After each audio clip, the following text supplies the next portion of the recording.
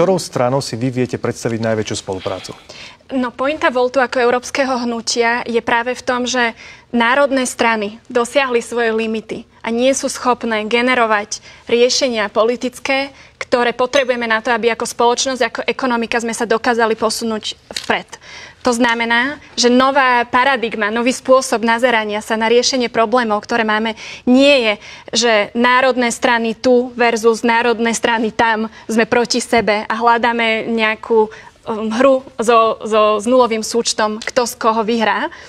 Ale hnutie Volt je postavené na tom, že naprieč krajinami, v ktorých sme prítomní, sme zladení na jednom programe, ktorý chceme ísť presadzovať. A je jedno, že či sa rozprávam o mojom nemeckom europoslancovi alebo o mojej holandskej europoslankyni, preto lebo chceme mať jednotnú, bezpečnú, silnú Európsku úniu, ktorá rešpektuje ľudské práva, ktorá odstraňuje sociálne nerovnosti, ktorá je postavená na silnom vzdelávaní, na digitalizácii, na priemysle, ktorý je odolný voči rôznym neférovým praktikám na trhu, ktorý zároveň vie zarábať a byť udržateľný. Zostáva vám 20 sekúnd, len pre istotu upozorňujem.